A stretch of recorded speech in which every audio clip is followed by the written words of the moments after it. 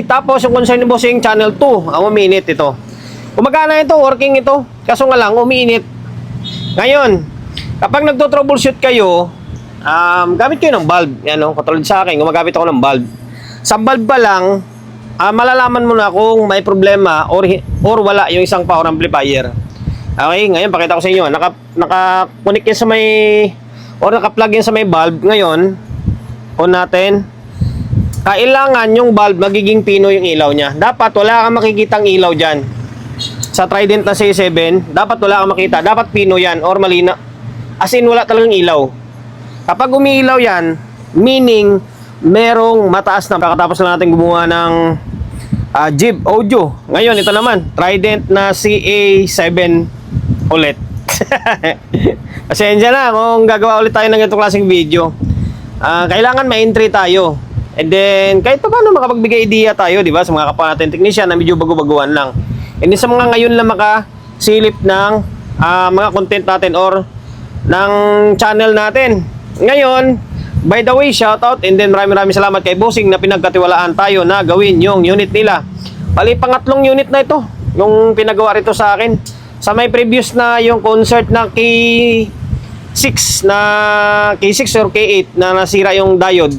Ito rin yung may-ari. Okay, tapos concern naman ito ay umiinit na naman. Ano pa ba? Yung kadalasang sira ng mga Trident and then iMix is umiinit. Okay? Ano yung dahilan kung bakit umiinit? Ito siya, ito, yung trimmer na yan. Yan. Yung kulay dilaw na yan na trimmer. Ito, kulay dilaw na trimmer. Yan yung fix, yan yung biasing niya. Yan nagko-control ng bias. Once na nagbago yung resistance yan or yung value niyan, sabi natin tataas yung biasing. Ngayon pag tumaas yan, iinit ito. Okay? Kapag bumaba naman, mawawala siya ng bias, magiging ngungo na may tunog niya. Okay? Tapos yung concern ni bossing channel 2, ang umiinit ito. Gumagana ito, working ito. Kaso nga lang, umiinit.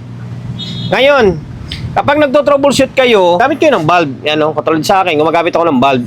Sa bulb pa lang, malalaman mo na kung may problema or wala yung isang power amplifier. Okay, ngayon pakita ko sa inyo. Naka-connect yan sa may or naka-plug yan sa may bulb. Ngayon, on natin. Kailangan yung bulb magiging pino yung ilaw niya. Dapat wala kang makikitang ilaw dyan. Sa Trident na C7, dapat wala kang makita. Dapat pino yan or malina. As in, wala talagang ilaw. Kapag umiilaw yan, meaning merong mataas na biasing. Okay? Dahil sa kulay dilaw na yan. Okay? Dahil sa kulay dilaw na yan. Ngayon, channel 2, di ba? Sabi ni Bossing, channel 2. O, pwede naman natin tirahin ng kanyan ng thermal scanner ito. Minsan umabot ng 40 ito. Ayan, pula na siya Diba? Pula na Dito, 37 lang to Ayan, 38. Medyo mainit to dahil sa panahon lang. 38 lang siya. Dito talaga, mabot ng 40 to. Ngayon, kahit sa kapakapa lang mainit talaga siya compare dito. Dito maligamgam lang. Okay. Ngayon, isa pang step, kapag binunot ko ito, bunutin ko siya. Okay. Ngayon, switch on natin. Pansinin nyo yung bulb, nawala na normal na siya. Diba? Normal na. Meaning, ito yung channel na may problema. Yung channel 2 talaga. Okay? Ngayon, ano ba gagawin natin? Siyempre, i-fix bias natin to. Tanong ko, sagot ko I-fix bias natin yan. Ngayon, i-fix bias natin ito. I-fix bias din natin ito. Kasi nga, nasira nga ito Bakit ito hindi masisira, di ba? Okay? I-fix natin. Ngayon, baklasin ko yung dalawang board na. Nakalas na natin yung channel. Lumiyab pa pala Ito.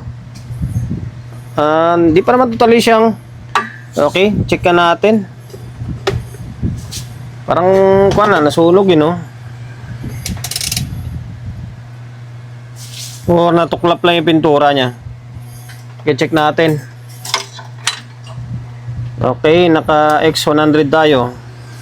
Tester. Ngayon, check natin dito. Baon natin. Dito. Tapos, papunta siya dito. Kung na-open nga. Hindi, buo. Buo naman siya, yo. Diba? Pero kailangan patungan na yan. I-jump na lang natin yung wire dyan. Nangitim na eh, mapupudpud na yan. Ngayon, ito i-fix mo. Ito siya, yan. Ang gagawin ay pinapakita ko lang sa inyo ha. Pwede nyo ganituin, pingutin. Yan, uga-ugain lang yung sa maputol. Trabahong tamad. Or pwedeng, ang gagawin nyo, katirin nyo. Beside cutter kayo, di ba? Value nito ay 332, 3.3. Ayan, 3.3 siya, oh. 332. Yung 300, 3,300. 3.3. Ngayon, ang ginagamit ko rito, parang nasa around 2.7 or 2.8 yata dito. Ayun, ang pag-fix bias niyan, dito ka lang maglagay. Dito, sa gilid na to, tapos dito sa gilid. Gilid-gilid lang. Kasi yung isa dyan, etong taas, tapos gawing kanan, magkadugtong lang yan. Okay, gawing kanan, tapos gilid, magkadugtong lang. Ayun, pakita ko sa inyo ha, para mas may idea kayo na kung bakit gilid-gilid ang nilalagyan ko. Ito to. Oh, short, di ba?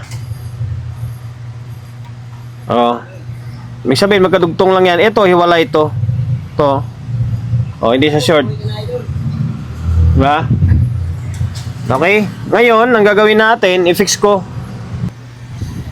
Okay, bali, eto na. I-fix bias ko na. Focus yan. 2.8 ang gamit natin. 2.7, 0.27 siya. Pwede na rin sana. Pero, tinaas ko sana sa 0.3 na ngayon yung target natin kapag digital yung gamit. Okay? Yan siya, oh. Medyo awkward siya kasi yung isa, 1/2. Yung isa, 1/4. Pwede na yan. 2.7 plus 100 ohms equals 2.8. Okay? Ngayon, ito magiging klabasan niya. Naka-plug yan, ha. Dito, ha. Pansinin nyo yung bulb. Oh, nawala na yung ilaw, oh. Di ba? Nawala na yung ilaw. Ngayon, ito, digital gamit natin, ha. Digital na yung ginagamit natin sa pagbabayas ngayon para mas makita nyo. Okay, dito. Yan, 0.3. Tapos dito, 0.3. Tapos dito, 0.3, parehas lang. Okay, yan na yan, 2.8.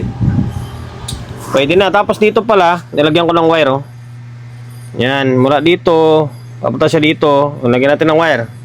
Parang ahas, oh. Okay, pwede na ibalik ito. Tapos, ipasadaan natin itong isa, oh. Okay, para mabilis lang yung video natin.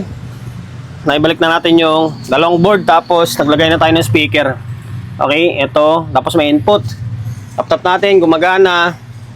Switch on. Ba? Kumikindat, isa lang, oh. Yung dito, hindi kumikindat, ah. Sa power amplifier, pag on mo, kailangan kikindat yung signal dalawa. Kapag hindi, maaaring may problema or pundi yung ilaw. Pansinin nyo. Oh, isa lang, oh. Okay, ito mukhang hindi, ah. Well, tingnan natin kung may audio siya. Okay, volume natin yung channel 1. Tagal ng delay niya. Pwede naman i-adjust to yung delay nito, oh. Pabilisin. Oh, may audio siya. May audio pero walang lumalabas na signal, oh. Hindi umiilaw, oh. Diba? Dapat ilaw yan. Itong channel to, oh.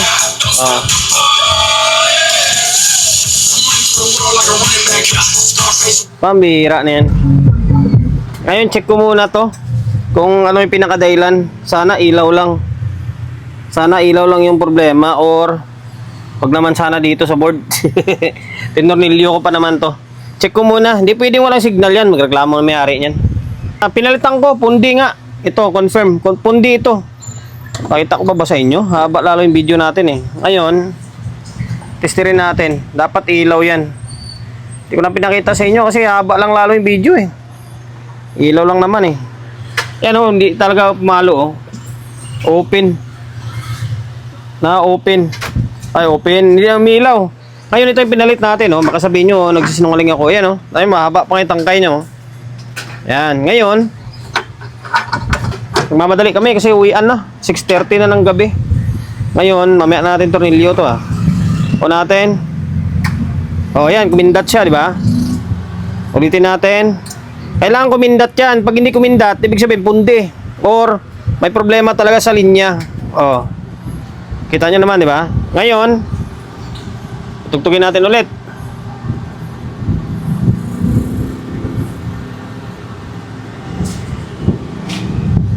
Matagal talaga yung delay nyo. Kung sa battle, talo ka na yan. Ilang seconds yung nawala sa'yo. Oh, meron na.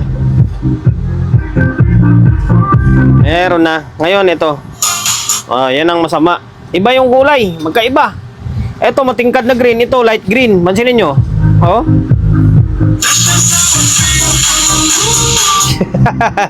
Oh, pwede na yan. Pambira na yan. Hindi magkaparehas eh. Ang gagawin ko na lang dyan, yung mga ilaw ko na green ganito, pati itong sa may kabilang channel, is palitan ko na rin to. Parehas ko na lang dito. Kasi maghanap ako na matingkad. Okay? Yun lang naman eh. Yun lang. Kunting problema na lang yan.